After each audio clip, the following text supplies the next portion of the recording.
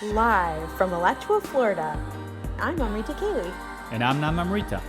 Welcome to Nectar Talks, from the heart of New Ramanreti, the largest Hare Krishna community in North America and the home of thousands of Bhakti yoga practitioners. In our ongoing interviews, we dig deep into our search for loving connections with Krishna and each other. With you, we hope to uncover the real-life stories and inner journeys of our vibrant community of friends and special guests. Like bees searching for nectar, we seek to extract pearls of wisdom from how they live their lives and the lessons they can impart to us and our listeners. If you're seeking nectar, look no further. All right, let's get started. Hello, everyone. Hare Krishna, and welcome to Nectar Talks. Today is our first live show. Hare Krishna. Hari Bol. Woohoo! Today we're going to introduce you to one of New Ramanreti's most beloved couples. And in this interview, we hope to get to know them on a more personal level, learn from them, and get inspiration and insight from them on the path of devotion or Bhakti yoga. I see some friends have joined us live this evening, and I encourage all of you to type in your questions at any time, be it on Facebook, YouTube, or right here on Zoom, and we will have a Q&A at the end of the interview as well. And before I introduce our special guest, I want to say hi to my partner in crime, Amrita-keli. And thank you so much for relieving me from at least 50% of the pressure of what we're doing today. And Ditto. Yeah. So, dear friends, let me introduce you to two very special people who are like spiritual parents to me. Sesa Prabhu and Mother Madhumati, welcome to the show, and thank you for giving us the honor. You're like good luck charms for us in launching Nectar Talks, and it's such a pleasure to start off by interviewing such delightful people as yourselves. How are you both doing this evening? Everything's going great. Thanks for having us and for the honor of being the first guests or guinea pigs, no matter which way you look at it. No problem. You got it. Anytime. So I don't have a bio for you, and that's intentional because we are going to write your bio together over the next hour or so, and I think it's going to be a lot of fun. So folks, fasten your seatbelt because I'm about to hand this off to the legendary and unpredictable Amrita-keli to get us started. Amrita, let's go. Okay, are you ready? I'm ready. I'm asking Sesa Prabhu and Mother Madhumati if they're ready. Oh, yeah. We've been waiting for 5 weeks for this. We've called them enough. And our first question for you, tonight is truth or dare? And this is as a team, so you have to decide as a team.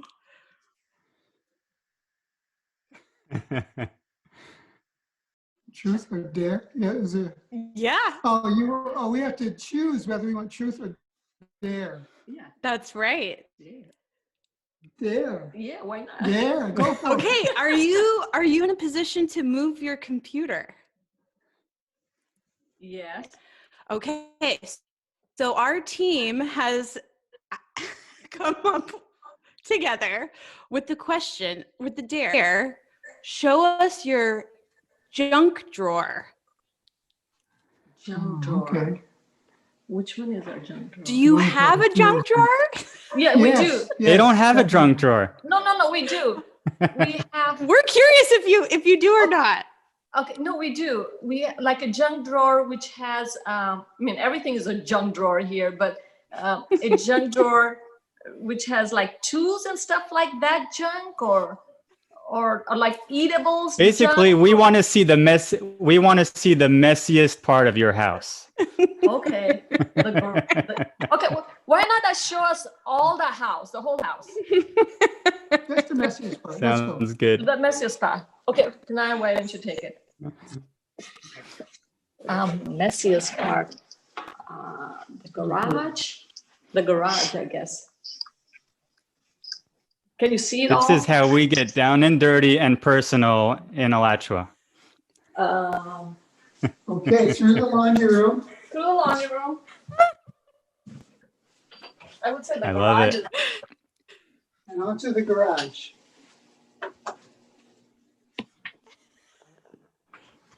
Show the shelf over there. Show the shelf. Nice.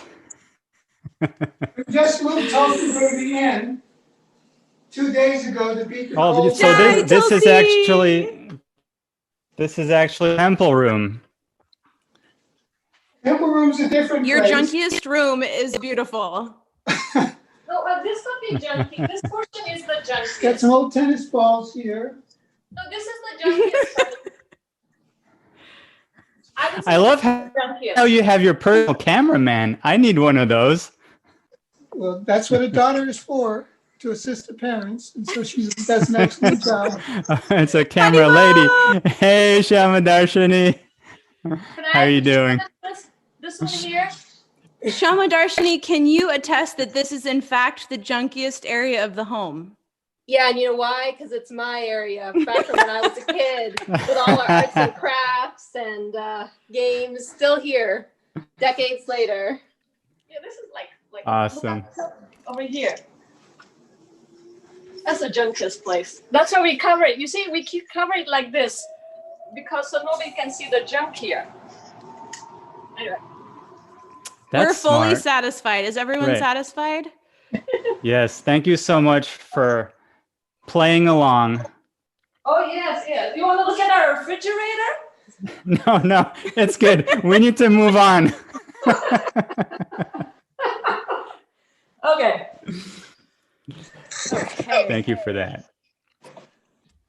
You know, I have to say, Mother Madhumati, I thought you were going to double dog us to share our junkiest area of the Oh. house. But since you didn't, we're moving on.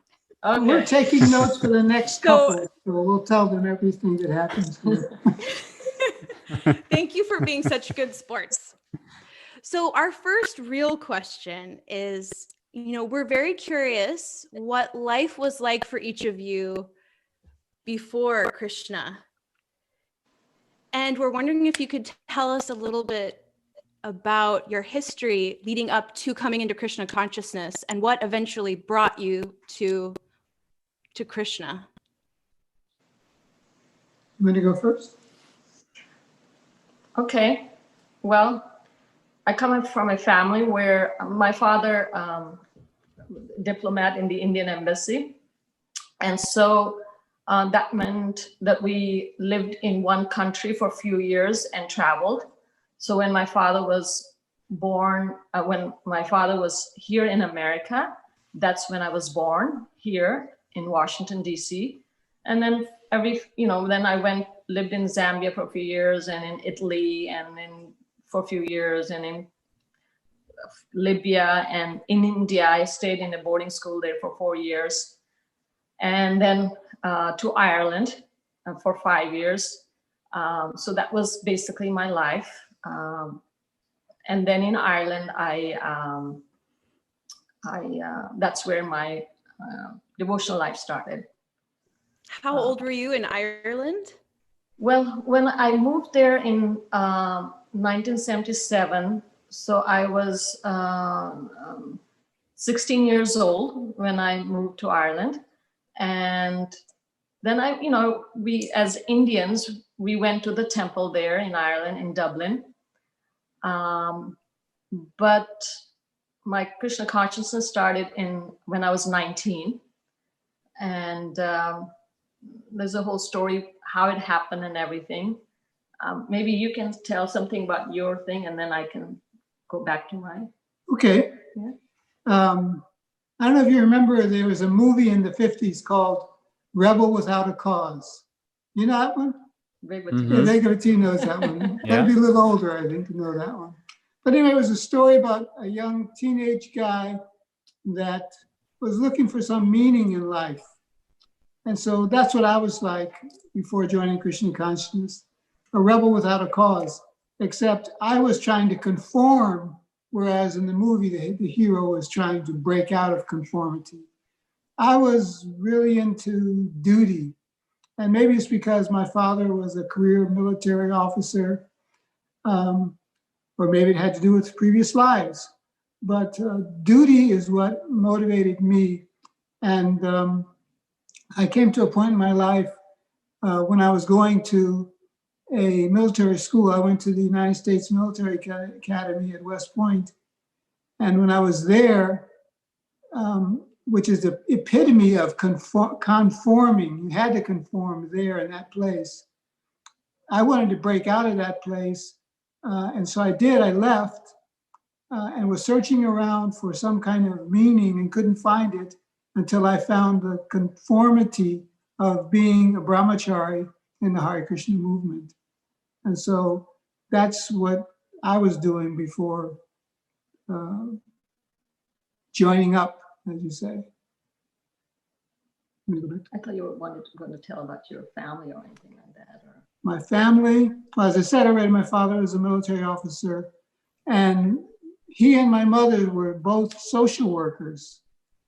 Actually, my mother was the first Black woman hired to be a social worker in Newcastle County, Delaware. And so service to others through social work, service to the country by being in the military, that was the atmosphere I grew up in. And so I sort of carry that mantle of duty principle.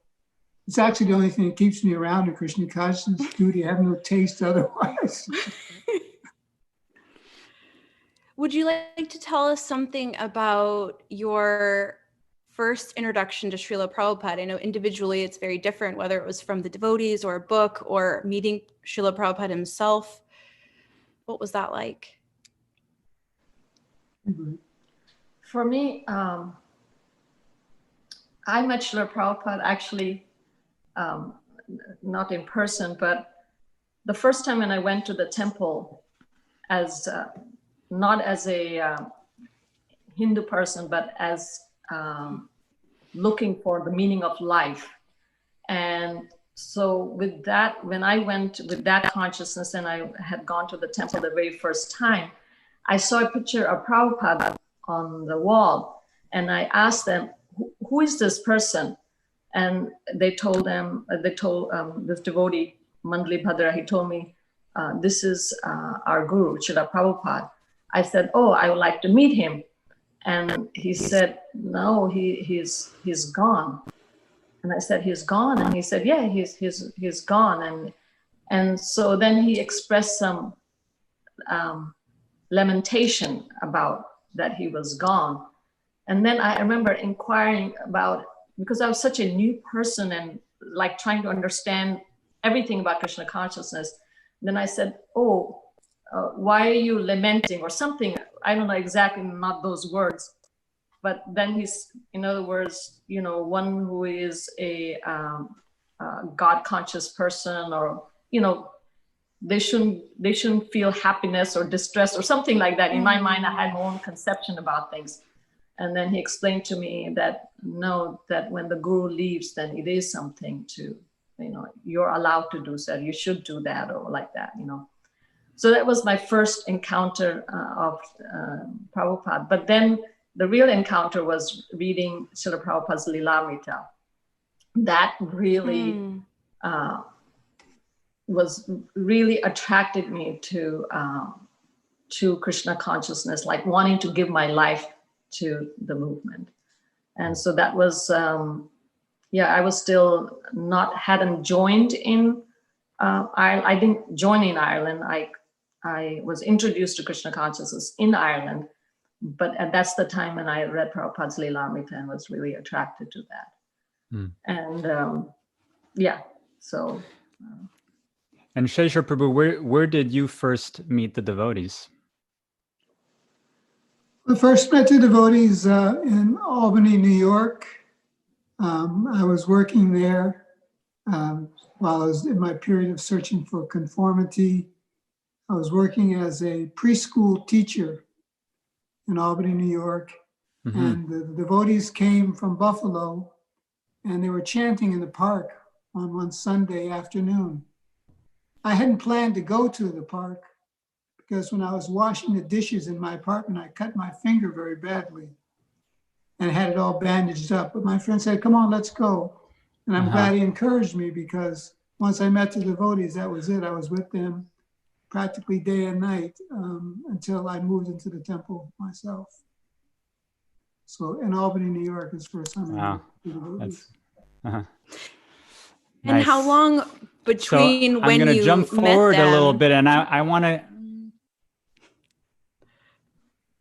You got two questions going at once. We got two of us. We can handle it. Now, Amrita, can you hear me? I just want to ask if I can squeeze it in real quick. How long was it between when you met the devotees and when you moved into the temple? Well, for me, it was, I don't know if you were asking me, him or me, but for me, it was a year. I started going to the temple in April of 81, and it took a year, whole year, not because the day I went to the temple, I was ready to join. I wanted to move in.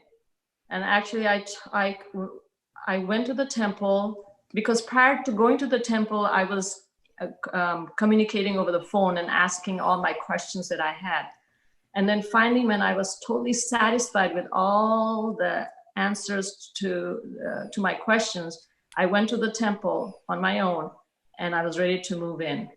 But then family members didn't allow me to do so. And I came back home and I got locked in the house and I was not allowed to go out of the house. And eventually, slowly, the doors opened and everything. And then when I wanted to move in, then my mother told me, no, I can't. So then eventually, it took me a year before I ran away from home. So I actually, because I was used to living from one country to another, so I actually ran away from one country to another country. So that's what I did. Middle of the night, basically, I ran away from Ireland to America. And I didn't tell my parents that I was going. So, so it took me a year to do so. But yeah. Well, let me appreciate my wife a bit for doing that. That's amazing. Can you imagine? No. Can you imagine, running away from home, given her parents' respectable position? Her father was in the Indian embassy, a respectable person, come from a good background in India. Yet she decided to throw all that to the wind. I mean, just like when Ram banished Sita, because someone just had the thought that Sita spent some time in another man's house. He put her away. What to speak of a young girl leaving home, going across the world and going to join a ashram. She really showed her devotion at that point. I appreciate that so much about her and her Krishna consciousness. Well, you know what? It's not my fault that I ran away, because when Krishna plays his flute, I mean, what do you do? That whole 1 year was just like, all I could think about, just really all I could think for that whole year was that, I just want to join. I just want to be with devotees. I just want to be with these people. I just want to give my life to, as I said, I read Srila Prabhupada's biography, and I just wanted to be with the devotees. So I just prayed every day. I would pray, let my brother be a devotee, let him become a devotee. Maybe he'll help me to run away. Maybe he'll help me to join in. Krishna who listens to all our desires, so he did, didn't he? Yeah. And it was only because of Varuna, finally, he's the one who slapped me on my face that I wanted to join, and he's the one who locked me in the house. But he's the one who eventually actually, helped me to run away from home. But it took a whole year, but it was worth it. It's worth it all.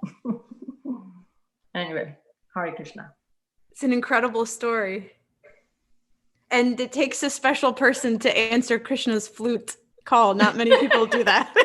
So you said, what can you do if Krishna plays his flute? But most of us wouldn't do that. It's incredible. Anyway. Sesha Prabhu, would you like to say something about that for yourself before we move on?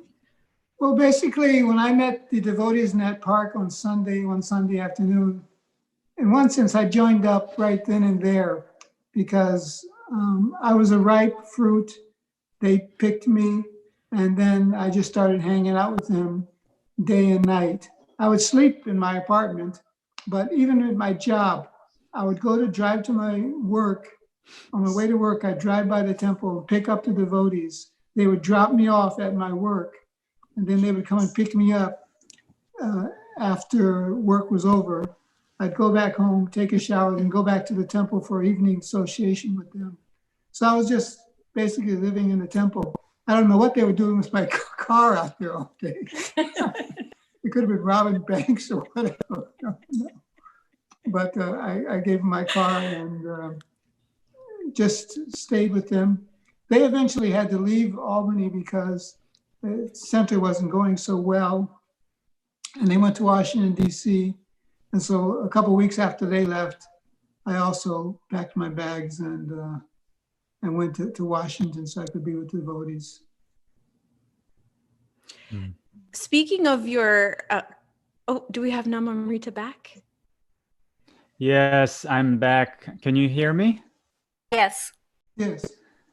Okay, sorry, I've had a pretty bad connection there, so I'm hoping it's not going to be too difficult. But if you hear me, I'm ready to do my part whenever it's time. I just want to ask really quick.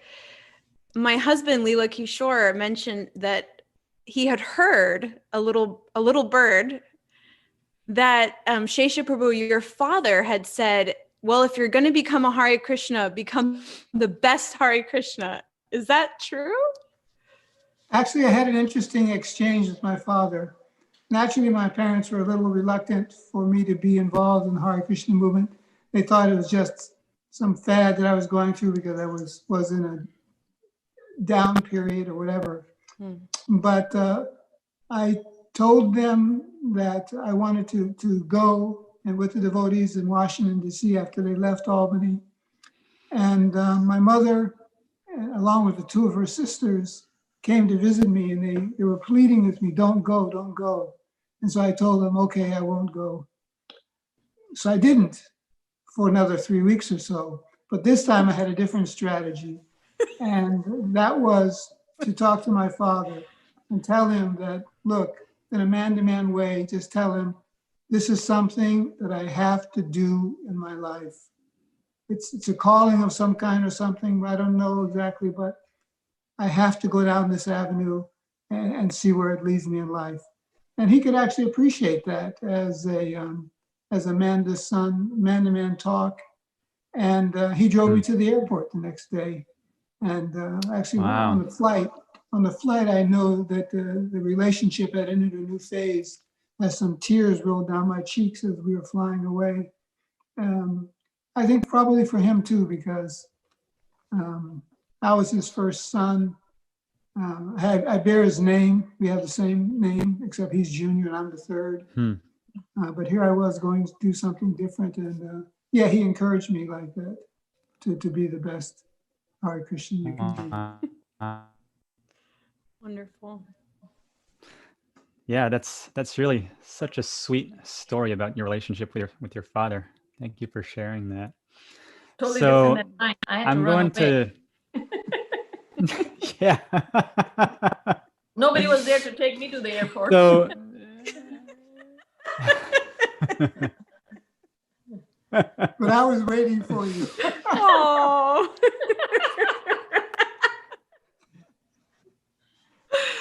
speaking of which, I want to get to the juicy part here. Tell us about how you both met. Okay, it's a pretty simple story. historical power move by the ISKCON management. I wanted to get married. It was back in the 80s, I'm assuming. Right. I wanted to get married, or I needed to get married, either way.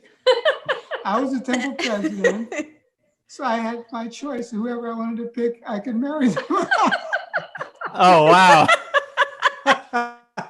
I did not expect that to be the answer. You all right? So I picked Madhumati. And Mother Madhumati, how did you feel about being picked? Well, you want to hear my side of the story? Okay, that's his side of the story. My side of the story was so different. I'm sure. Satsur Maharaj was, we used to have in Philadelphia, we had a BTG house because BTG was there.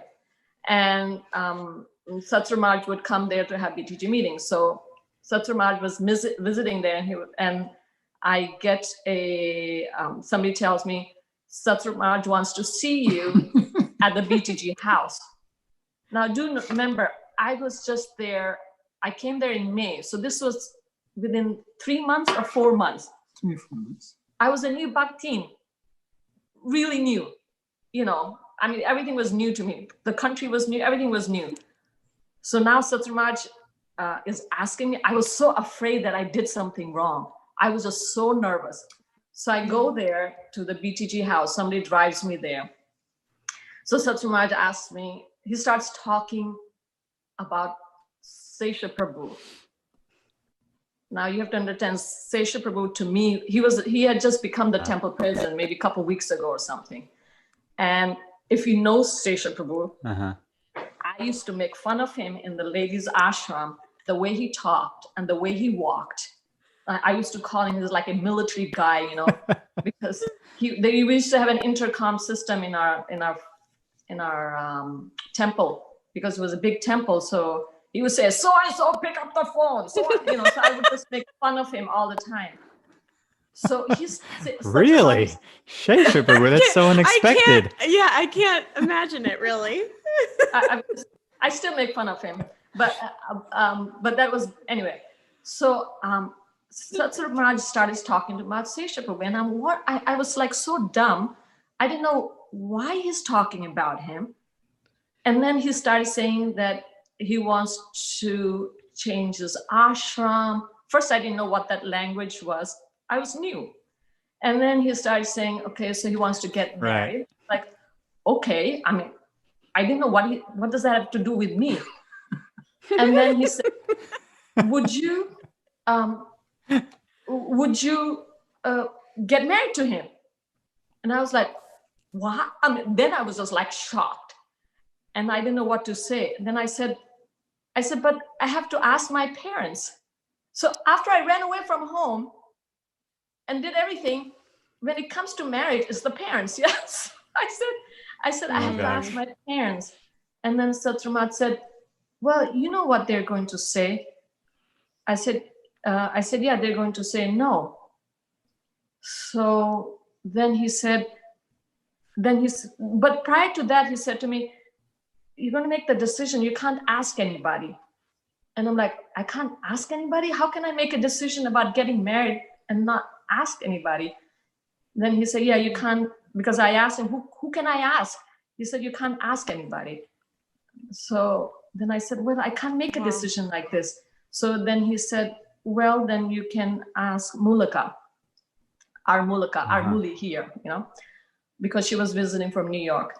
And anyway, so then I said, okay. So he said, okay, you can ask her. I said, okay. So I went that evening. It was late at night. I went in the evening. I asked Mulika.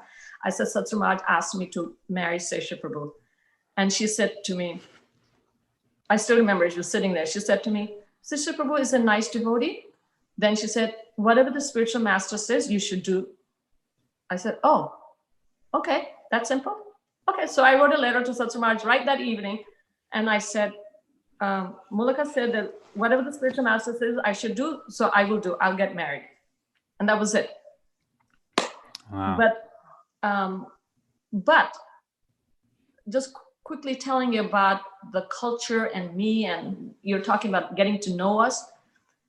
After I said yes to Satsumaj, I started thinking, oh, I have to get the blessings of my parents. I can't do this without asking their blessings. And so I thought, okay, I have to do that. I just can't get married unless I get their blessings. So I had Sesa Prabhu call my parents. We had kind of, through writing letters and whatever, my parents accepted that I was there at, so this was like 4 months I had run away. And there was also a kidnapping attempt from their side, and which failed. And so that was taken care of. So it was at a stage where it's almost like they accepted that this is what I'm doing with my life. And so then I had him call my parents, who were in Denmark at that time. So he called my father, and my father said, he asked that, can your daughter get married? I'm asking your blessings for that. And he said, first question was, is he Indian? Is he Indian? He didn't know that it was him. He said, is he Indian? And he said, no. Then he said, no. Doesn't have my son. And then he hung up the phone. And then I was like, oh my God. I was thinking, I don't know what to do. I said yes to my spiritual master, and my parents are saying no to me. Then I said, okay, let me call my mother. Maybe she will be. So then I called right away. I called, and she picked up the phone because my father wasn't going to pick up the phone, I guess. So she picked up the phone. So then I started talking to her, and whatever I said to her. And she said, oh, how old is he? Oh, he's 10 years older than you. No, this is too much. And so basically she wasn't giving the blessings. And so then I was just like, I was in my mind thinking, how am I going to face my spiritual master? And my mother told me, she said, no, she said no. Then I thought quickly, I'm thinking, I thought, okay, that's fine. The only way that I can please my parents and face my spiritual master is to just come out and say, I won't get married. And my idea was, when I came to spiritual life, was like Mirabai. Mirabai, that's how Indian girls think about never getting married. And although she was married, but whatever. And I was thinking, I wasn't planning to get married, and this just came along. So not a big thing. I just want to get married. And that way I can show my face to both, And so then I told my mother, I said, Mom, okay, if you're not going to give me blessings, not a problem. I will not get married to him, but do know that I will not get married at all. So this is, I won't get married to him, but I won't get married at all. And this is, I feel fine. And then my mother said, no, I can't do that to you. I can't do that to you. You have to get married. So she said, you have my blessings. And so she gave me the blessings. And I am so happy today. And I feel like I got the blessings of my parents.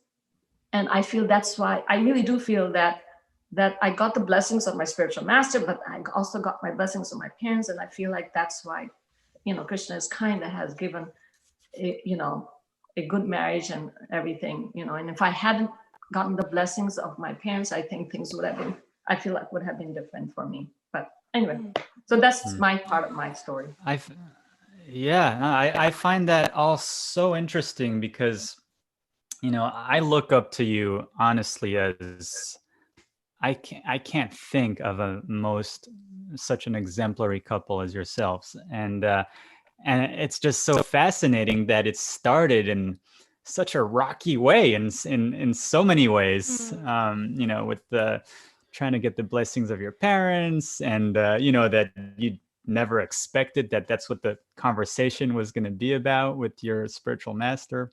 Really interesting. And so you had joined the temple pretty recently. You said it had just been a couple of weeks when that conversation took place. 3-4 months. Okay. All right. So it was still, okay. So it was really part of the original experience in a way. But I was going to ask, was there some sort of a transition still? Like Sesa Prabhu, you were a brahmachari prior to that the whole time. And tell us about that transition to, now you're married and you're kind of taking on this new ashram. Well, the way our marriage worked, it was, as I said, it was a marriage from the old Hare Krishna days where we were living in the temple and doing everything in the temple. So marriage meant I finally had a confidential, good assistant to work with me in all the temple functions. And so she immediately became the treasurer, the head pujari, counselor to all the women, and a host of other services that fell in between the cracks. And so we didn't have time to adjust so much as we did. All of our time was taken up by doing a service at the temple. And I think that I didn't even have a room. We got married and I'm still in the Brahmacharini ashram. during the day, when I would be having meetings in my office, there was a big closet in the room where I had my office. And so there was no space in the ashram where she could go between duties as a treasurer and a head pujari. So she slept in the closet during the time I was having my meetings in the office. So that was the initial stages of our marriage. But service was our duty, and that's what we both were dedicated to, and it worked out, in a lot of good ways, if you ask me. Yeah. Well, then let me ask you this: jumping into the future, when did you transition from that kind of an ashram lifestyle together to more of a householder situation, which you currently are in now? It's a good question. And how did that transition happen? That's a good question because it follows right on with what I was saying. When she came to me and said, I'm getting sick, I'm overworked, I can't do it anymore, that's when the change had to happen. And that's when we planned to transition out of being the temple president and ultimately towards moving to Los Angeles, where I went to law school. Gotcha. And did you live outside of the temple community while you were in law school? Like, was that your first time living outside of the ashram? Well, I was concerned moving to Los Angeles about all the time I'd have to spend in school, and she'd be on her own. We were in Philadelphia at that time when we were at the temple. So from Philadelphia, then we moved to LA. And if you know Los Angeles community, there's apartments all up and down the street. The temple has them. So we got an apartment just next to the temple apartments, and it was just a few minutes walk to the temple. So she had the temple and quickly made friends out in Los Angeles with the devotees. And so she had association, and I spent 3 years laboring in law school. Had that been your desire to become a lawyer? Was that a latent plan that you had? No, as I said, I had to think fast when she told me she couldn't do all these services anymore. You thought fast and you thought, I'm going to go to law school. That's amazing. Well, he was thinking, what should we had moved out of the temple for 1 year. BTG was supporting us. He was taking care of the BTG. So we were living in an apartment in Philadelphia. And then we started thinking that we have to have a family. And so we were discussing what should we do. And I remember Nagraj and Pranada were living opposite in the same apartment building. They were living opposite us. And so we sat down there and we were discussing what we're going to do. And he was thinking about going to law school, and we didn't know whether we should do it or not because it was considered Maya to go back to school, So that was a big decision on our part to think that he's going to go back to school. I mean, that was a big, big Maya, And so we actually flipped a coin. We had a coin that had Ganesh on one side and Om or something on the other side. And we flipped the coin, and that's how we found that we did it 3 times, and twice it said to go to law school. So that's how we made the decision that we're going to go to law school. I don't know, I'm trying to remember, but that's how it actually I have to say I love this, because I feel like, when we talk one-on-one with each other, we do get to know each other a little bit, but for the most part, there's like an oversimplification of the history of the life of devotees that is nothing shy of completely adventurous and a little crazy. It's just wonderful to hear this story. I love it.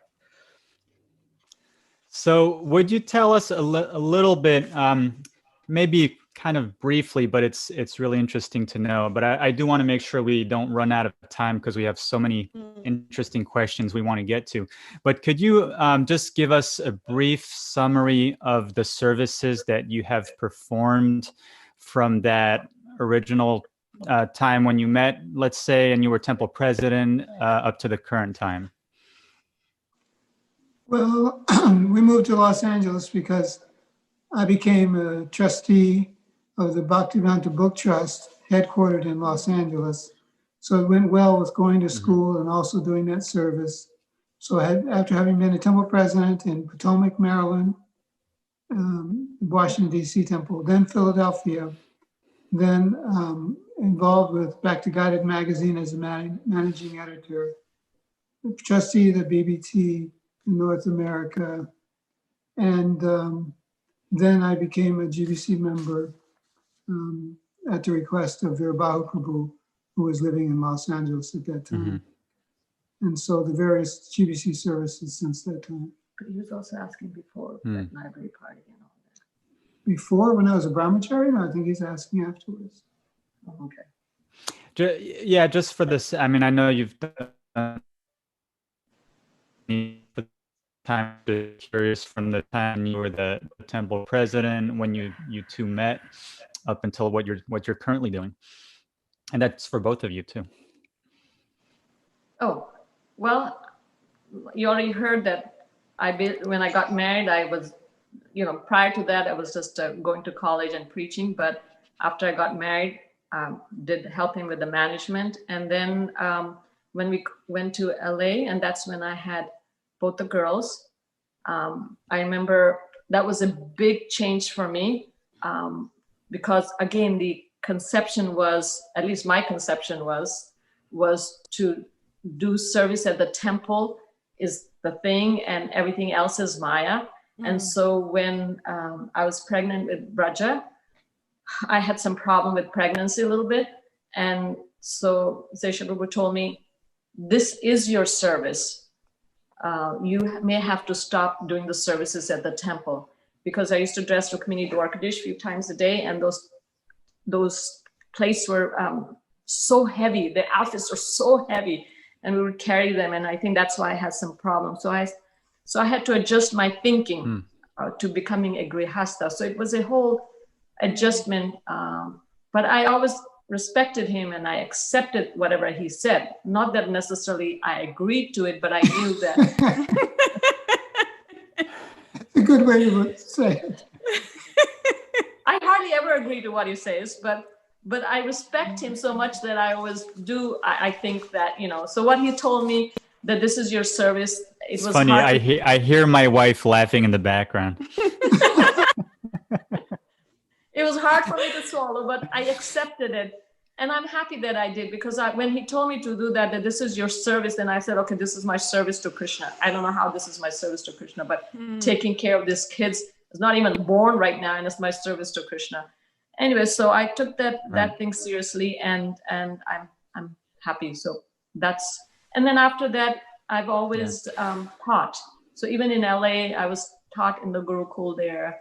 I tutored devotee kids there, and same thing here. When I moved to Alachua, also I taught at the ashram, and my services is mainly doing preaching activities and teaching and mentoring like that. Yeah, it's so interesting that you're pointing out this, that it was hard for you to accept that taking care of your child was your service to Krishna. And I know I've struggled with that concept, and that could be a whole topic in itself, but I appreciate you sharing that. What has been your favorite or your most challenging service throughout the years? And maybe it's the same one, I don't know, but what would you say has been a very challenging service and a very fulfilling service? Challenging service. Well, I think that in Krishna consciousness, we have a lot of high expectations of ourselves, of other people. Of course, we're doing such exalted work, and so maybe that's where that comes from. But along with that, along with being in a position of leadership or a position of respect, as you spoke of us a few minutes ago, I think the hardest thing is actually being able to meet the expectations that people have, to actually be what they want us to be. I think that's hard. I mean, at least I can speak for myself. I'm a conditioned soul just like anybody else. And although I try, and I find it difficult when people put me in positions or say things which, challenge me. So it's a challenge in that way to meet the expectations of others. Yeah. Well, if it helps, you've been a mentor to me, and I can say that whenever you've let me see these little glimpses of your own humanity, and like you said, you're a conditioned soul, to me that has been so nurturing, because maybe you think pressure we see as this topmost example, flawless couple. And I always find it interesting that for me personally, I always get a lot of encouragement when other devotees share a little bit of their vulnerabilities or struggle with this and that, because it just makes it all so much more real. So it pains me to know that that's been a difficult position for you to be in, and I really appreciate you sharing that. I would say that that other part of you can also be just as inspiring, and that's what we're trying to do here. Don't take we it want to that know you on all levels. Yeah, well, don't take it that I don't want to try to help anyone because of my own difficulty or struggles in meeting the expectations. Still, I will do the best I can and put myself out for any devotee that requests or needs help from me. Yeah. No, thank you so much. You've been you've been that role model and also a personal mentor to so many of us in this community. And I know I've benefited from it myself, and I know so many others who you've really given your heart to, and both of you. Thank you so much for that. I can tell you one little thing, just on my own initiative here without being asked. It's a little secret of happiness that I found in the Grihastha ashram. And that is, it's Shastric as well. Like the Pandavas. Do you know who managed the money in the family of the Pandavas? Does anybody know? Draupadi actually was the manager of the money. She managed the household. That was going to be my guess. Because that's what is the secret, I think, for stability and happiness in our marriage, is that she manages the money. And because let me tell you one thing. Because one time we were in LA and she also doesn't let you forget it. For something, and he said something happened, and he said, I will manage the money. Or no, something happened. I said, no, okay, you manage the money. So I didn't like or something. So I said, you manage the money. So he started managing the money. And oh my God, our credit card bill went high up, and me, from who I am maybe because I'm from India, I don't know, but I don't like credit cards. I like credit cards as long as you have money to pay on the credit cards, you pay, but don't.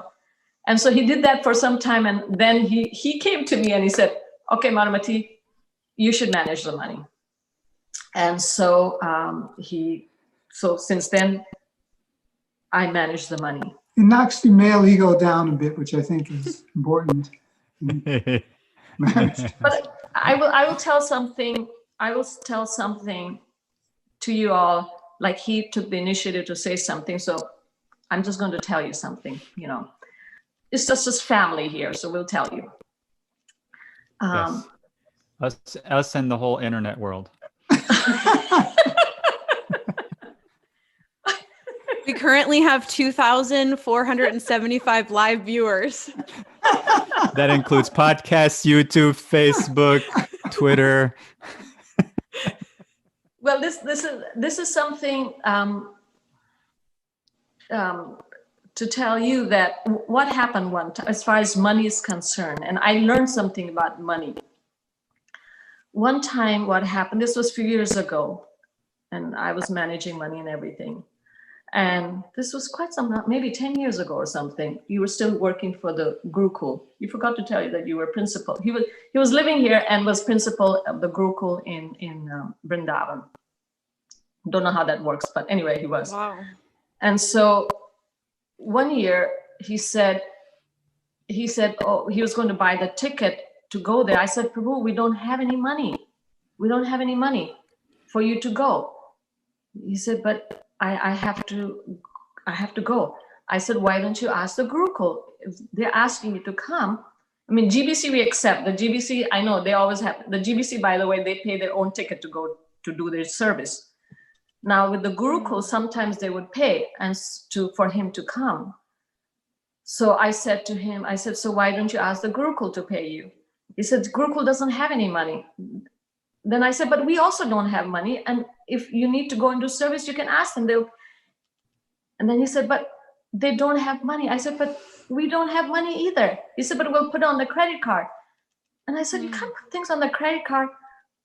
Then he said to me, Madhumati, where do you think any of our money comes from?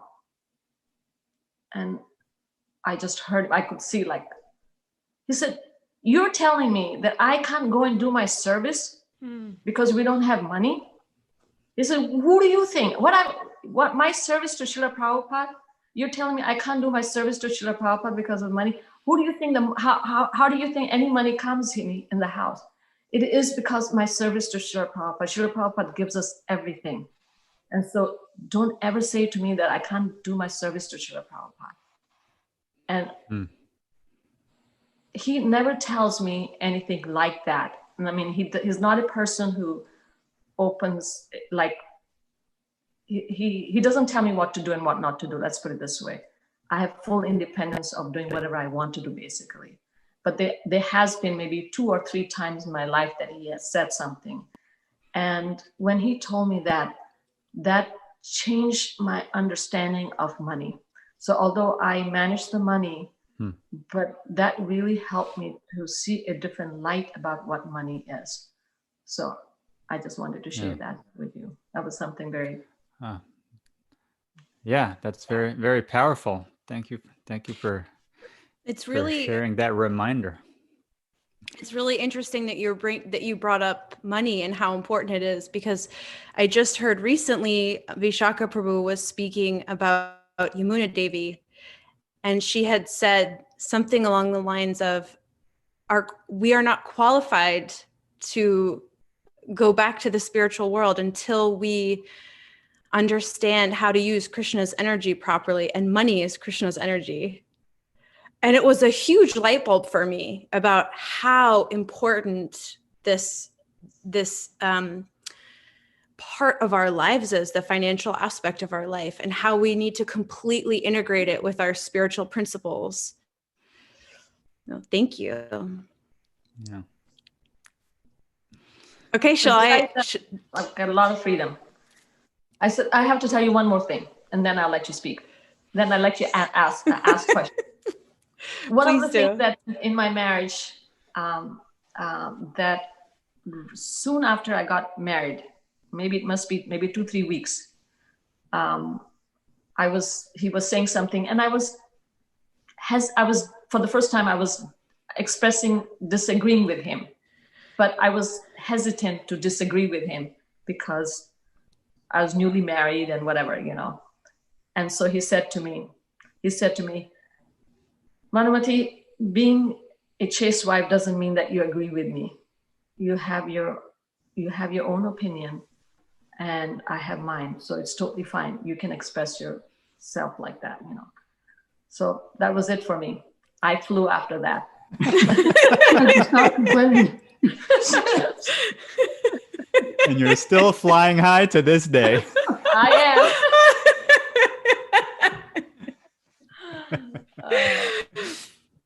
It's wonderful. A true gentleman. It's wonderful. Yeah. We really wanted to ask. We have so many questions, but we're flying by this time. So I want to ask about raising your daughters. So you have two wonderful daughters, Shamadarshini and Brajamandali, and it's interesting because you raised them both in modern American culture, in the spiritual culture of the Hare Krishna movement, and you're both coming from different backgrounds culturally previous to meeting one another. So what has that been like for you over the years? What was that journey like for you? And what can you share with us, maybe a tidbit of wisdom from your experiences raising your children? Well, I can just say a little bit, but she did most of the work in raising the children. But just as a person, I mean, I like children anyway. I like children. So I never once thought of having children and raising them as any kind of burden.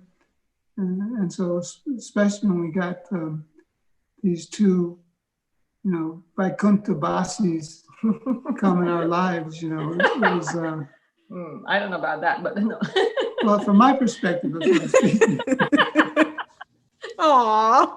I will say that, I will confess, and I have to do it because Braja was just here with our grandson for 2 months, and everyone was changing the diapers, husband and wife, Braja and her husband. That's it. Chaitanya were changing the diapers, but I never changed any diapers. They didn't help my wife in that regard.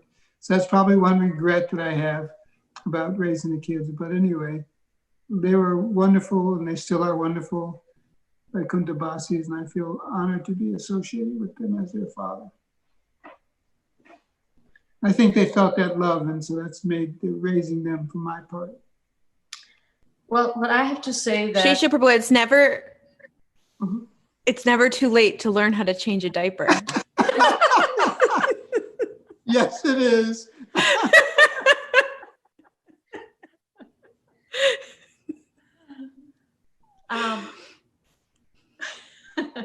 For me, I think it was very important for me that they felt that the temple was their home.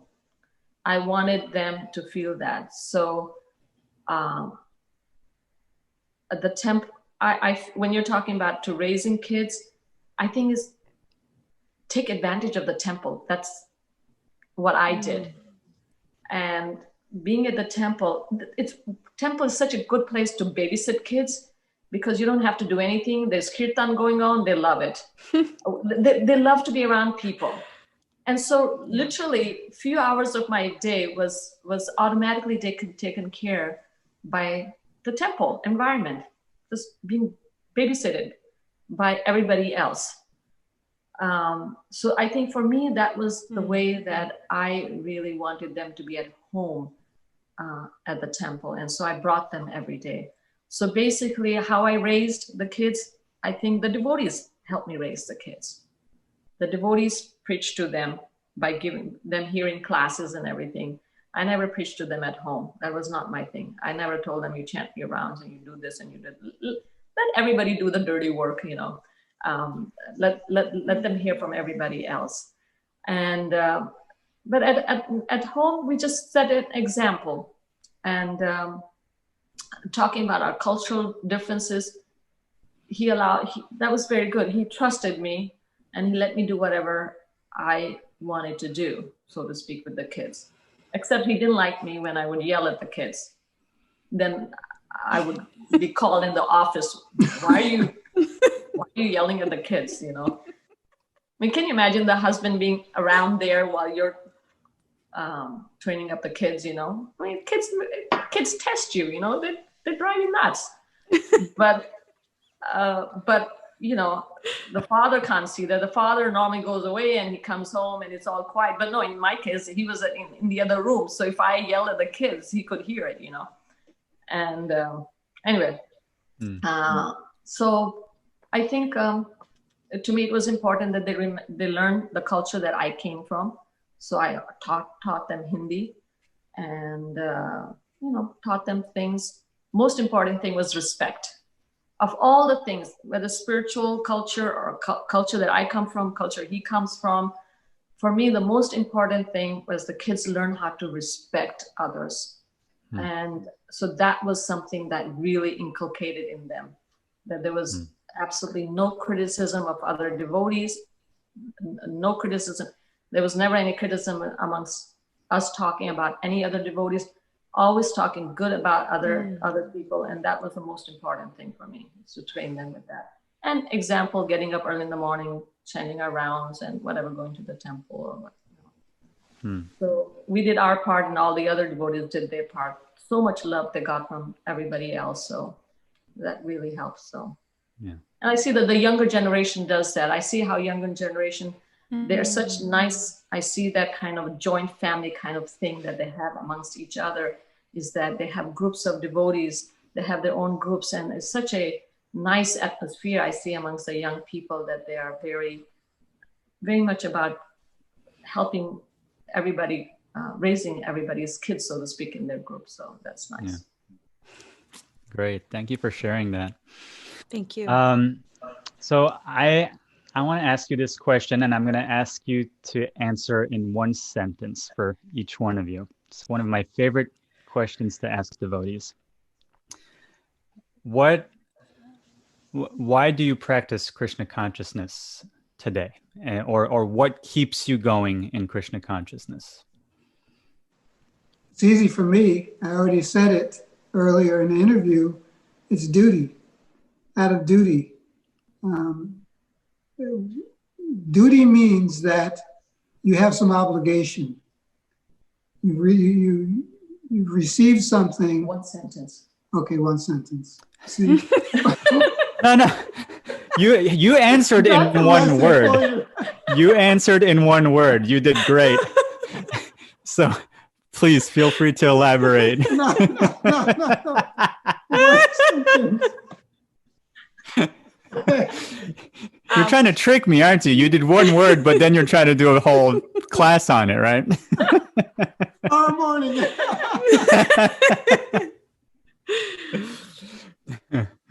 For me, it's two words.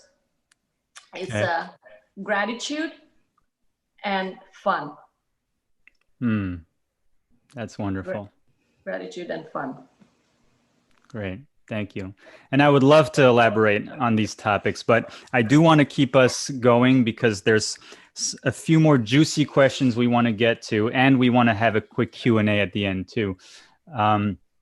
So in the practice of Bhakti Yoga, it's often suggested, and a lot of devotees do this, to have a sacred space in your home.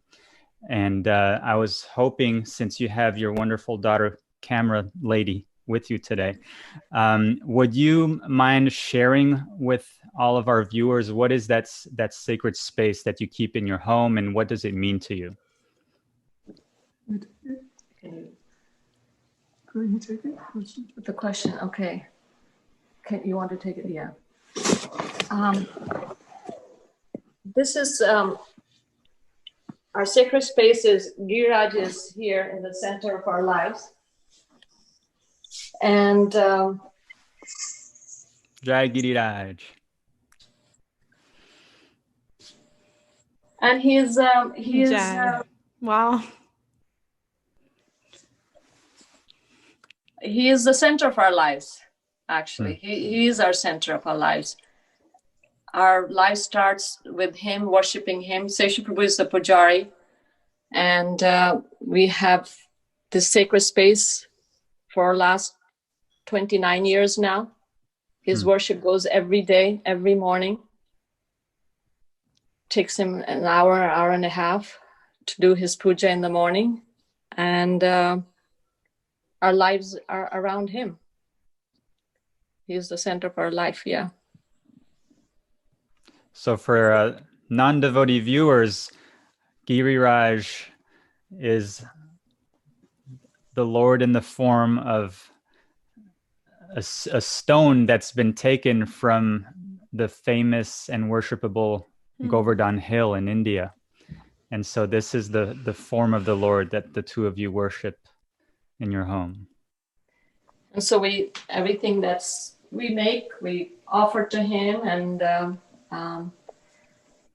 chant our japa, our meditation is our meditation room, and our library room here, all our spiritual literature is so much to study, so much to read. This is something of interest. You want to go hold it up here?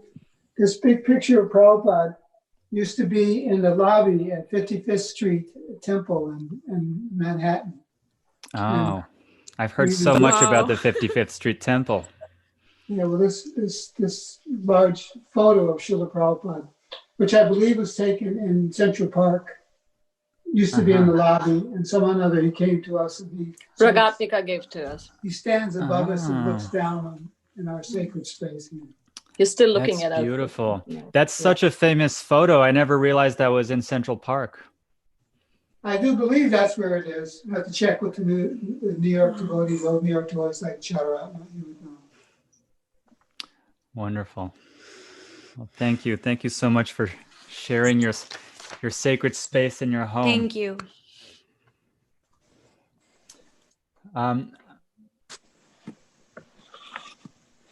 Amrita-keli, I'm going to skip the next two questions. They've kind of been covered.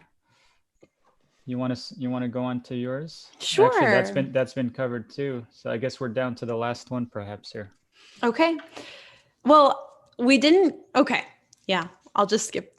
I'm like Sesha Prabhu. I'll give one word and then elaborate for an hour. So I'm just gonna go for it here. You recently became grandparents, and you're seeing, congratulations, and you're seeing a new generation of Bhakti practitioners, of devotees that are coming up. And we're wondering how you feel about the health of our movement going forward, and any advice that you have for us, the future generations, to carry on Srila Prabhupada's mission and his love in the world.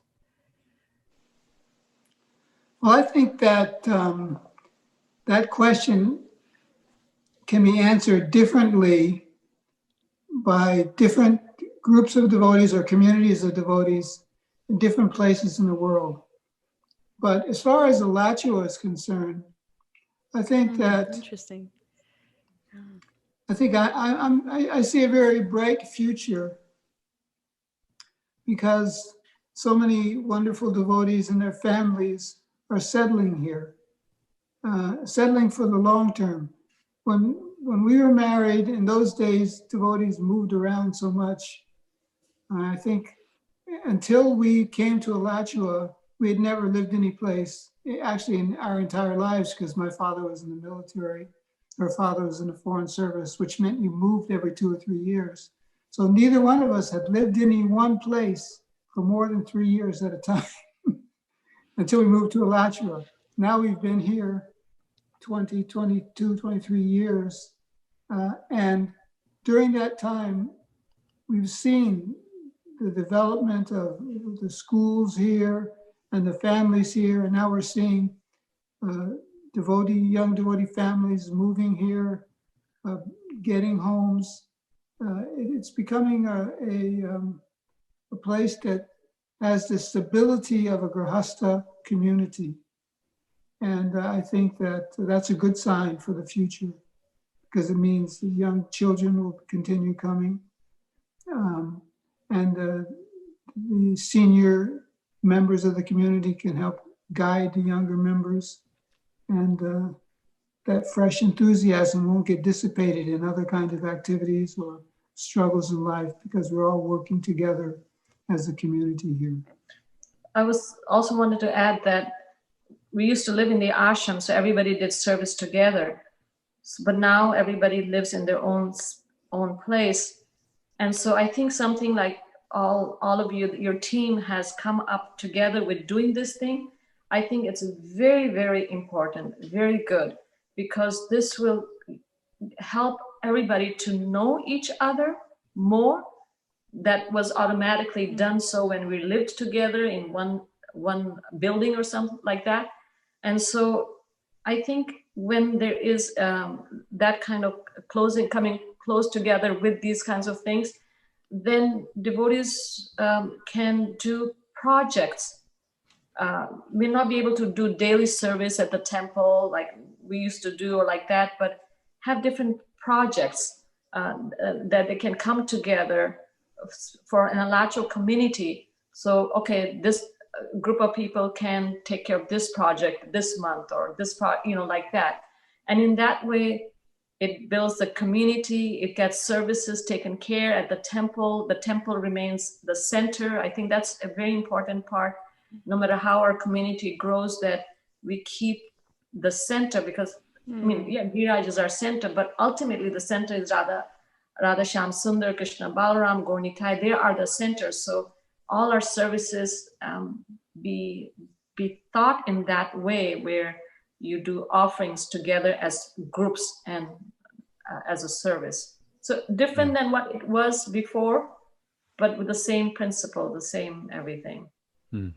So it's a good future. I think that is, in Alachua, we're doing very good, with the CDI happening, but one of the results of CDI is this program and so many other programs. So so we have in good hands. Yeah. Thank you. Thank you. Thank you for all so your much. services. All right. Well, just when you thought it was over, here comes the hot seat segment of the show. It's getting hot. So we are about to do questions and answers. Yes, we're almost there. Yes, we are. Our wonderful, faithful audience, we love you. Thank you so much for being here. We're about to take your questions now. But first, the hot seat. So, Mother Madhumati, putting you on the hot seat. You are such an inspiration, such a wonderful speaker. You've been a teacher. Yet, you've only started to give class at the Alachua Temple about a year ago. Why is that?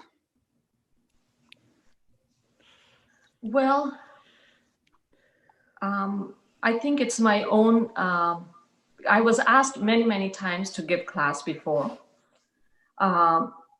It could be because from the very early days, we weren't encouraged to do so. That could be a reason. Not that I desired to do that. I never desired to give class. So basically, that wasn't part of the program. And so even when I was asked many times, I didn't want to, because I was nervous. So basically, if you're trained young, then it's easier. But if you're not trained young, then it becomes hard. So so your main reason for saying no was because you felt nervous? Is that right? Because one thing I didn't desire. I really didn't have any desire. I just loved hearing. I never really thought that I want to give class. It never came to my mind. And when I was asked, I'm like, but don't really want, I didn't desire. So I would say it's mainly because I didn't desire to give class. But then when everybody would ask me, then when I would think about it, then I was nervous about giving class. Like, I don't know what to say. I know how to give class. I don't know anything. And Sesha Prabhu would always say to me, what do you mean you don't know anything? You've been practicing for so many years. Just say what you have. But so between not having the desire and feeling totally satisfied hearing from others, and then when finally thinking, okay, I should, and then I was a little nervous. So then it took me a little time to do so. It's wonderful to hear that, because those are reasons why all of us are hesitant, I think, to give class. But your classes are incredible, and we have so much to learn from each other, from each different devotee who lives out Krishna consciousness in such a unique way. It's such a blessing to hear each other speak. So thank you so much for coming into that for us. Thank you. Thank you for your kind words. And Padmavati says, I am profoundly grateful for Mother Madhumati and Sesha Prabhu's classes. So there you go. Okay, Sesha Prabhu, so your hot seat question is, when you look back over the course of your life in Krishna consciousness, is there a mistake that comes to your mind? And it could either be just something from your very personal experience, or something that happened to our movement or within our movement. And what have you learned from that mistake that you can impart to us tonight? Well, I'll just stay on the same theme. You asked why Madhumati had not given class.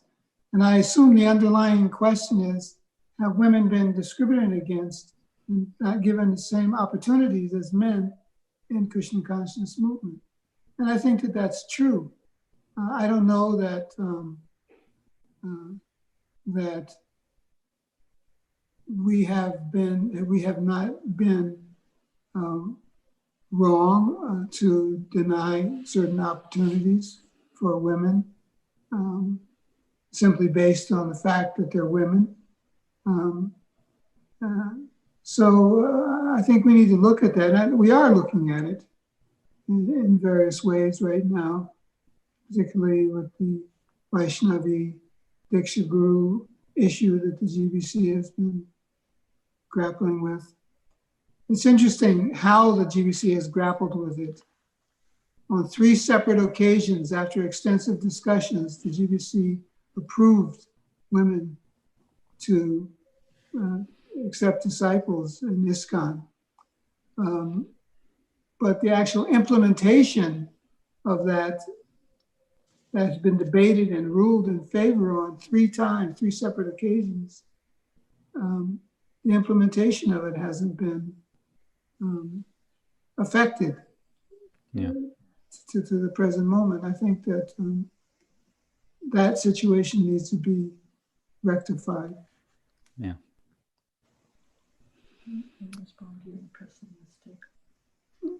Well, thank you so much for acknowledging that. And it's such an important topic. It's a hot topic for the hot seat segment. Well, who covers a lot of these things is Nam Ras. He's had some interesting talks about racism, other issues. What are they called? Off the boat, not off the boat. Krishna West. Yeah, what was it? Anyway, the different issues that they bring up. They're all hot seat. You guys have been. They are all hot seat episodes. They really are. Yeah, no, and we're very grateful to Namras for bringing up all these topics. I think the world of Zoom meetings that we've entered in since the pandemic has just opened up all these doors for very important conversations. So yeah, I've been following a lot of these different talks. So I think we should get to our Q&A. I see we have Can we just do a quick Herbert. round of applause? We did it! Yes, thank you. Thank you so much. Okay, You were a great audience. team, all four of you. Good. I can And just I- acknowledge, if I can just acknowledge my friend Gohari who's sitting there. Nice to see you here. Haribo! That's Gorhari Herbert Brisak. Haribol Prabhu. Hare Krishna. Yeah, we have. Who else do we have on the Zoom call? We have Ragatmika Prabhu, Braja Mandali, your daughter, Tulsi Rani, Padmavati. Thank you all so much for joining the call. And any of you who are Thank on you all. Facebook, YouTube, feel free. Now's the moment to shoot your questions to our guest speakers. And if anyone wants to unmute their microphone on Zoom, you're welcome to speak as well. You're going to have to unmute first. Okay, we do have a question from Bhagavati. Would you like to ask it yourself, Bhagavati Prabhu?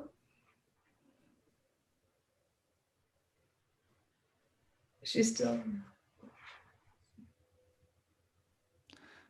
So maybe okay, it would help. Okay, she there you is. go. Yeah. I wasn't unmuted until now. It was just a silly question when they were talking about Philadelphia.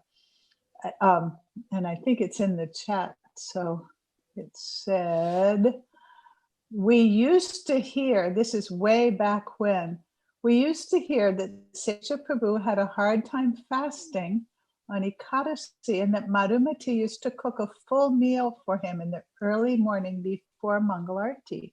So is that true or was that a devotee urban myth? Look at the face. That's a myth. That's a myth. Who problem. started that rumor? I was just a hearer of it. That's Mother Bhagavati, are you trying to start a rumor? I think I read about it once in Back to Godhead. Oh, hilarious. Okay, go on to the other questions now. Well, I saw Gorhari Prabhu trying to speak. Can you unmute yourself, Prabhu?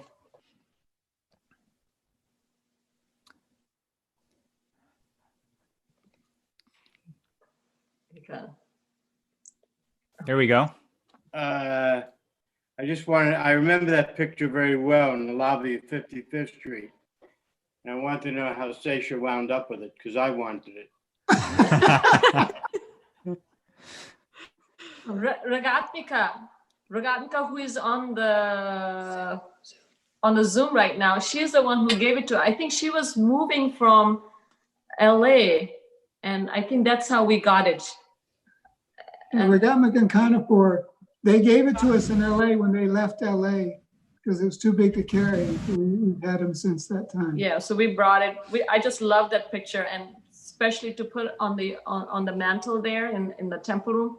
It's just so nice.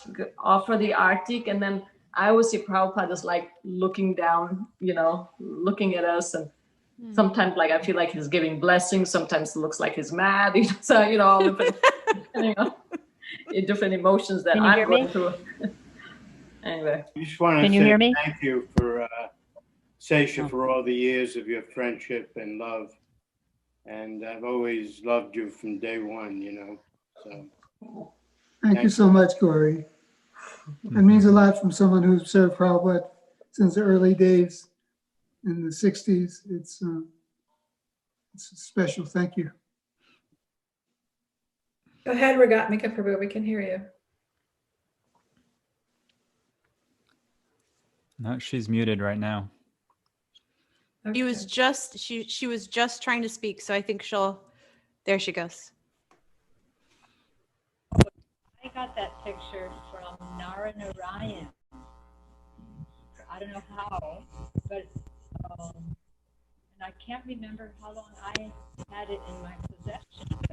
Definitely when we moved. Raga, can you speak up a little bit? We cannot hear you clearly. Now can you hear me? Am I? Yes. Yeah.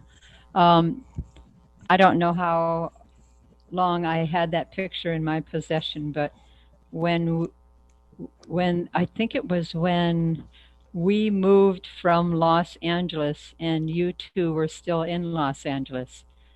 Isn't that when I gave that picture to you? Yes, Yes. yes. I think so. Yeah. And I got that from Narayan. I asked him to I don't know how I got it and what the circumstances were. I remember being there in front of his house in Los Angeles and arranging that. Anyway, Hare Krishna. I have a question. Can I ask? Go ahead. Yes. Both of your daughters have excellent service moods. What do you attribute that to? How would you, both of you, explain that? Well, they have a lot of good examples in their life, including yourself and your good husband. Hello. Yeah. No, come on. Come on now. Come on, that's true. Get to the real point. I give him my real point. She has to give hers now. Okay, I'll tell you one thing. I mean, what he's saying is true, and I had mentioned to you earlier. I had mentioned that earlier too. That it is the devotees who actually help raise these kids. But one part is important is the service attitude that children see amongst the parents. So if the children are seeing that there's a good service attitude, let's put it, yes, we're all equal, but yes, there is a head of the family. At least I believe that. Being a little more traditional, I believe that there is a head in the family, whether it's the mother or the father, but there is a head. And in this family, the head of the family is the father, although I am his boss, but still he's the head of the family. How that works, I don't know, but this is how it is. So let's put it, he's in name at least the head of the family. And so they saw my service attitude towards him.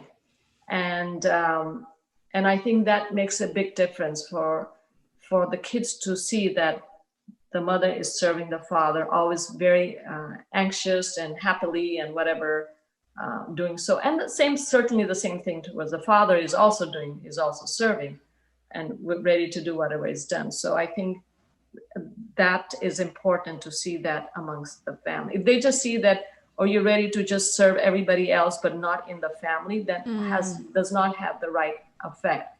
So it's important for them to see that the service attitude is in the family as well as outside. So, service attitude. Wonderful. Yes, Prabhu? Is that true that I always serve you? Yes, Prabhu. Yes, Prabhu.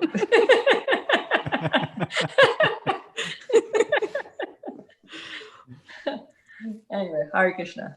Like on Ekadasi before Mangal Arti. That rumor is Every 2 weeks. Don't start that again. Tulsi Rani had a question. Tulsi Rani, it's so nice to see you. It's been a Hare long Krishna! time. Haribo! I can't say my heart is just overflooded with so much joy to be with all of these ecstatic devotees. I consider you all to be like my family, and I really miss all of you so dearly. We miss you. Your heart is always flooded with joy, Tulsi Rani. Because you flood it. But then when you're not there, then it's just empty. So Where are you? I'm in New York City. Okay. Yeah, just a couple blocks from Tompkins Square Park and Matchless Gifts. So Wow, wonderful. Horrible.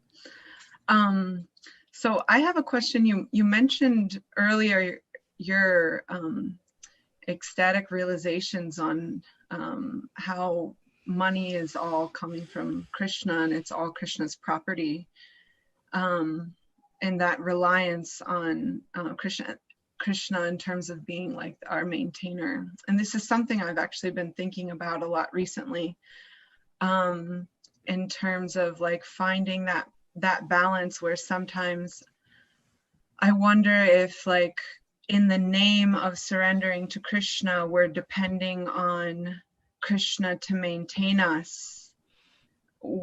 while we're like running around doing so much that we considered to be service, when maybe it's just not that devotional, but we're just like absorbed in doing stuff that we call service.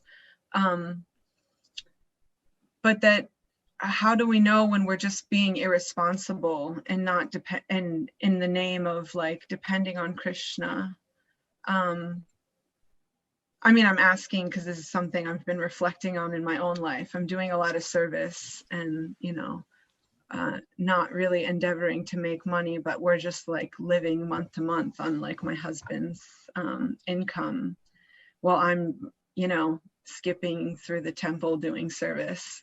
So I'm just wondering, yeah, I feel like it's an individual thing. Like if someone's really surrendered, and I was thinking like Bhaktivinoda Thakur's 6 principles of surrender starts with accepting everything favorable for Krishna's service and rejecting everything unfavorable. And I think, well, I'm not strictly following those principles in every aspect of my life.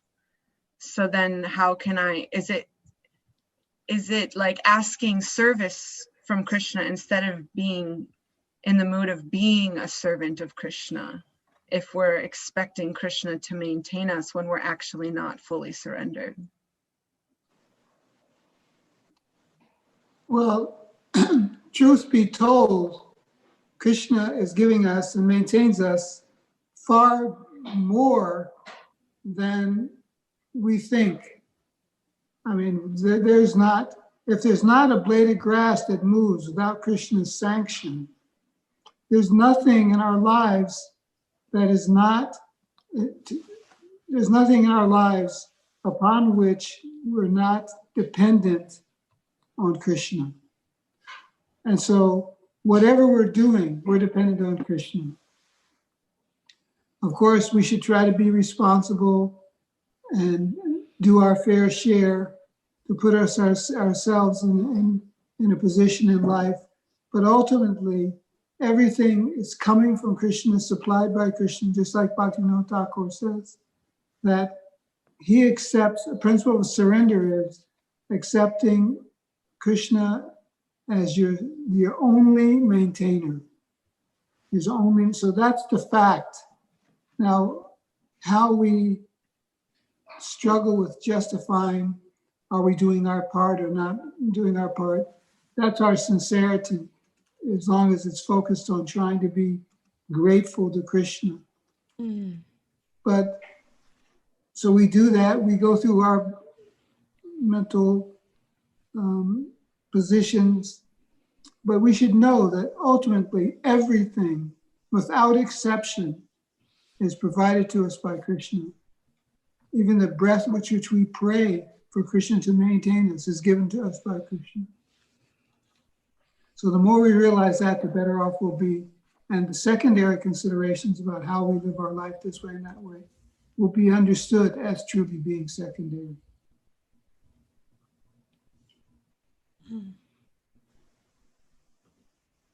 Thank you. Thank you for that question. We have a question from Padmavati. Would you like to ask your question, Padmavati? And I think this will be our last question of the night, and we'll wrap it up.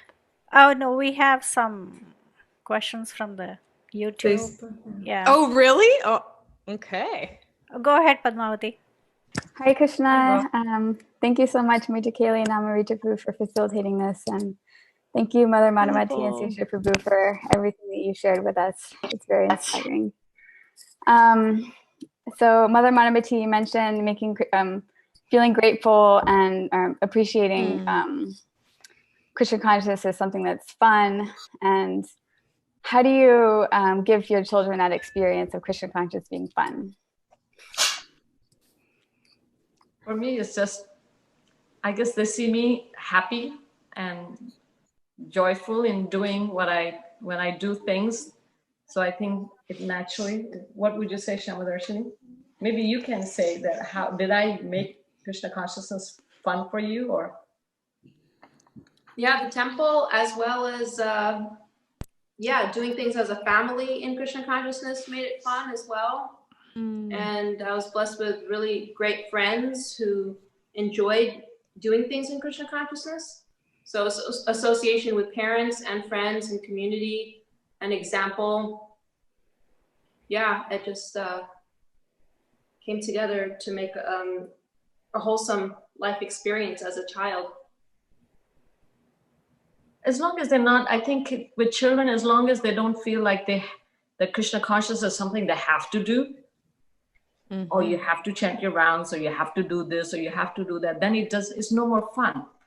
Children, if you let's do this thing, or let's do that, or we'll go to the temple, and that's just, that spirit is just so, it makes it fun.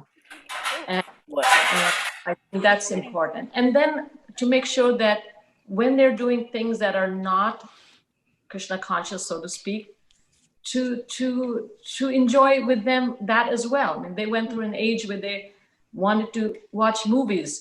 So it was not like, oh my God, no, we're not going to do that. No, we're going to do that with you too. As a family, we're going to sit down and watch Bollywood movies, you know. Even Sesa Prabhu sat down for 3 hours to watch a Bollywood movie, you know. But can you imagine? Did I? He was in 3 hours samadhi. Like that for the record.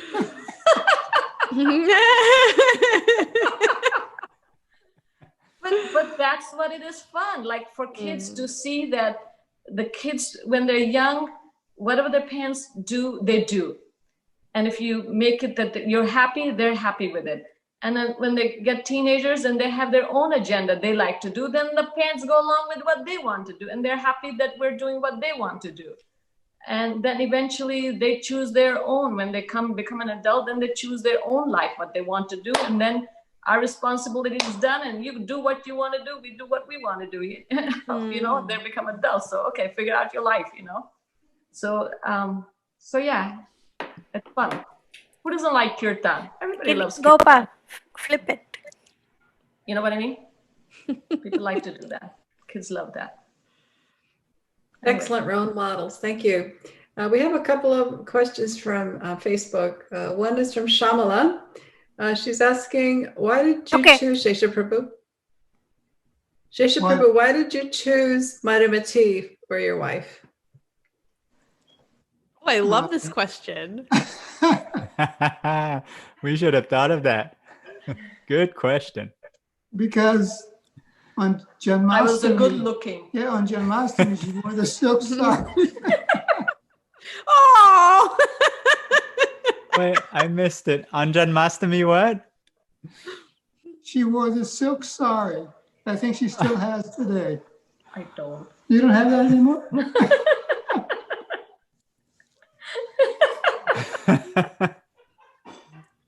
That's great. That's great. That's not the reason. Why? No, I thought this was a qualified. But actually, if you want to know the dry philosophical reason, I have this idea in my mind that Prabhupada and his preaching attracted all kinds of people, including very qualified young women. And I believe in my heart that he was very concerned about those ladies and that they be taken care of. So I feel that by marrying Madhumati, it's out of service to Prabhupada. Here's a qualified young lady that made so many sacrifices to come join him and serve Krishna. And Prabhupada looked out and said, you marry her, which he did in her early days to devotees. As out of duty to him, that's why I married Madhumati. That's the dry philosophical reason. No love? No, of course. That's that. As I said, there's many different layers here, or levels. Yeah. And so that's one level of duty that I'm thinking of. Well, that's really nice. I'll tell you when he told, tell Shamala that he told Satsang Maharaj that I found somebody qualified to get married to. So I was qualified. But I really love the appreciation you had for all the struggles you went through to come and join the temple. I mean, that's just amazing. And yeah, like you said, it's a very special level of the many reasons I'm sure why you chose Madhumati. I will tell you something about marrying. It's a force of karma. We've been married for 3 lives, according to certain astrologers. Oh, yeah, That's really? another level that's going on. Wow, cool. But I'll tell you one of the struggle about yes, it's yeah, he saw me with a nice sari or whatever, or thought qualified or whatever. But another level of purification about getting married on my side for me, while he was just enjoying getting married to me or whatever, but was and Satsuru Maharaj told me that when he called me in his office, he said that, or maybe he's told me later on, that actually when this news will go to the temple, it was quiet for 2 weeks. And then it was told to all the devotees, but he warned me. He said that the ladies in the temple will stop speaking to you. He said, be aware of that. And so I went through such purification because what he told did happen. And you know, me as a person, I'm just such a jolly person and I have fun. And here all of a sudden, I didn't do anything. I didn't ask to get married to this person. I have nothing to do with it. I'm just doing what my spiritual master asked me to do. But literally, that's what happened when it got announced in the temple room. And we weren't even there. We were told to go upstairs, and Mahakram Maharaj, who was there, he announced that Sesha Prabhu is going to get married to Madhumati, to Bhakti Madhu. My name was Bhakti Madhu. I was still a Bhakti. And after that, I went into our ladies, and devotees didn't speak to me. They all was just like, I was so hard. Wow. I tell you, it was, I went through so much purification that 1 year. I can't tell you. I can tell you different things I went through, but just talking about marriage and what it was, how purifying it was for me. Was that because all the ladies wanted to marry Sesha Prabhu? Yeah, it's like kind of like a new girl coming on the street, you know? Wow. And so all the other ladies want to get married to him, but he apparently said no. And then I come along, a new girl, and then I'm a Bhaktin, and there were so many Prabhupada disciples, ladies who want to get married. And so, yeah, you kind of feel bad, but it's not my, and one of the person who wanted to get married to is my Bhaktin leader. And can you imagine what happened to me? Oh my God, I can't tell you the purification I went through during that time. But you know, you're being very kind by calling it purification. It was purification, but you know, but there was one devotee who was very, very nice, who was very kind, and to this day I always love her and appreciate her, and that is Devahuti. Devahuti was one person who was just, she was just very kind and loving as a mother during that time to me. And so anyway, Hare Krishna. Shyamala, I hope that answers your question. Good question, Shyamala. Thank you for revealing your heart, Madhumati. We have another couple of questions from Facebook. One is from Prabir Prabhu, who's asking, who is your favorite kirtan leader and who is your favorite Srimad Bhagavatam class speaker?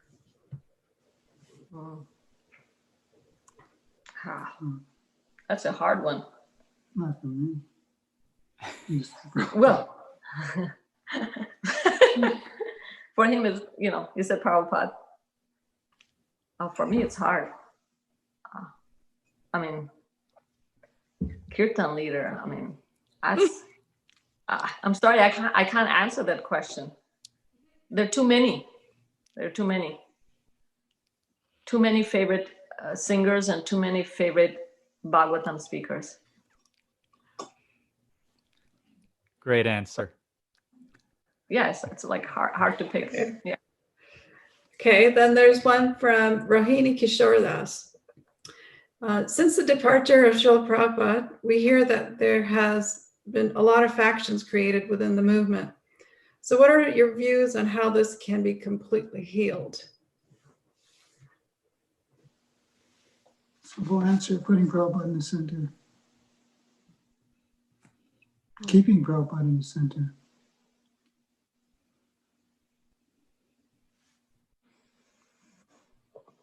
They could hear you. I don't know. Did you hear Yeah, that? we can hear you. Well, that's the only I thing I heard would that. say. Keeping Prabhupada in the center. Yes. Very nice. Thank you. And that wraps it up for the Facebook and YouTube questions. And does anybody else have any on Zoom? It's a Well, we've perfect gone way to over- end because Yes. Srila Prabhupada that's our whole goal is here and in our movement is to keep Prabhupada in the center. Thank you so much for a wonderful, wonderful evening. Thank you. Yes. Thank you very much. That was fun. Congratulations to all of you for doing such a good job and you. make us feel so easy. So thank you. And we're looking forward to the next ones that you're Yes. going to be reviewing. Next Yes, month, thank we will you. have another one. Thank you We're very so much. grateful to you for doing this with us, to taking this journey with us, and for everyone who joined in tonight. Thank you. Hare This is Krishna. wonderful. Hare Krishna. Haribol. Hare Hare Krishna. Krishna. Haribo. Hare Krishna, everybody. Take care, and we will see you the first Wednesday in January. So please join us.